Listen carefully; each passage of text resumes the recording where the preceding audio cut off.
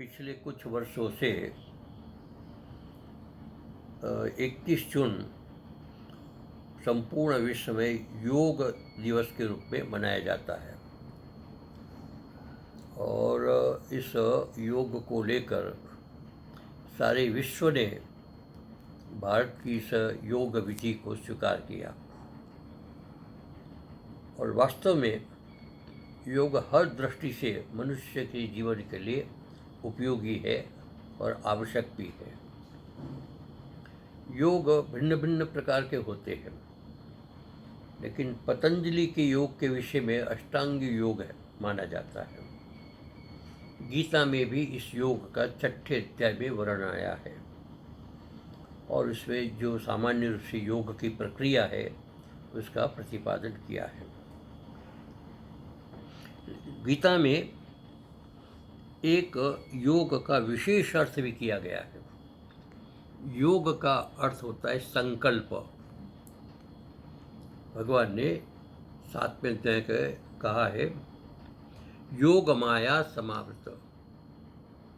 वहाँ पर योग शब्द का अर्थ संकल्प किया है, अर्थात कि भगवान के संकल्प से युक्त जो माया है वो माया सारे संसार की रचना करती है।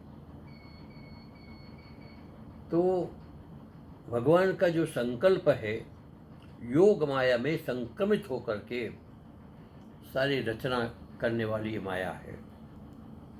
वो माया जगत का निर्माण करती है और माया ही समझो कि सारा संचालन करती है।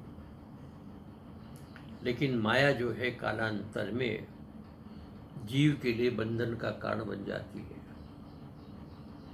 नाना रूप में अविद्या के रूप में बंधन का कारण बनती है, समष्टि रूप में माया बंधन का कारण बनती है। तो माया की निवृत्ति अत्यंत आवश्यक है और वो भी मैं समझता हूँ कि भगवान के संकल्प से ही ये माया की निवृत्ति हो सकती है। शायद इसीलिए गीता के 7वें अध्याय में देवी हेषा गुणमयी मम माया दुरतया मामे वे प्रपद्यन्ते माया में तम तरन्ति। देवी त्रिगुणात्मक माया जो देवी हेषा गुणमयी त्रिगुणात्मक देवी हेषा ये गुणमयी मम माया दुरतया।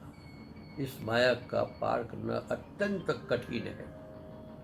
वहाँ पर दुरत्या बताया, असंभव नहीं बताया, लेकिन वास्तव में ऐसा दिखाई देता है कि व्यक्ति तप कर सकता है, जप कर सकता है, ज्ञान प्राप्त कर सकता है, लेकिन माया की निवृत्ति करना अत्यंत कठिन है, इसमें दो राय नहीं। इसीलिए निश्चित है कि संकल्पात्मक योग के द्वारा परमात्मा जब कृपा करके माया की निवृत्ति नहीं करते तब तक माया की निवृत्ति नहीं होती। और इसके लिए आवश्यक है कि भगवान कहते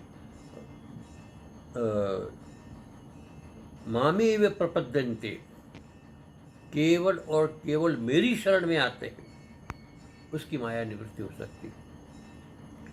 लेकिन भगवान की शरण में जाने का जो एक मार्ग है वो विशेष करके भक्ति का मार्ग है। भक्ति के बिना भगवान के शरण में जा सकते हैं। लेकिन होता क्या है कि जीव जो है उसके अंदर विवेकता की कमी आती है, विवेक नहीं होता है, तो वह भगवान की शरण में न जा करके अलग अलग प्रकार के देवी देवता के शरण में जा करके पूर्व जन्मों की वासना के अनुरूप अनेक प्रकार की कामना करता है और कामना से वो देवताओं की उपासना करते हैं। उपासना से कामनाओं की पूर्ति होती है, कामनाओं का उपभोग करते हैं, उन कामनाओं का फिर संस्कार बनता है, संस्कार से फिर वासना बनती, वो वासना से फिर समझो किस प्रकार के परंपरा में चला जाता है कि बस उपासना करो, भगवान से देवताओं से प्रार्थना करो, देवताओं से काम की इच्छा रखो और इच्छा पूर्ति करो, इस प्रकार से निरंतर चलता रहता है। तो जहाँ तक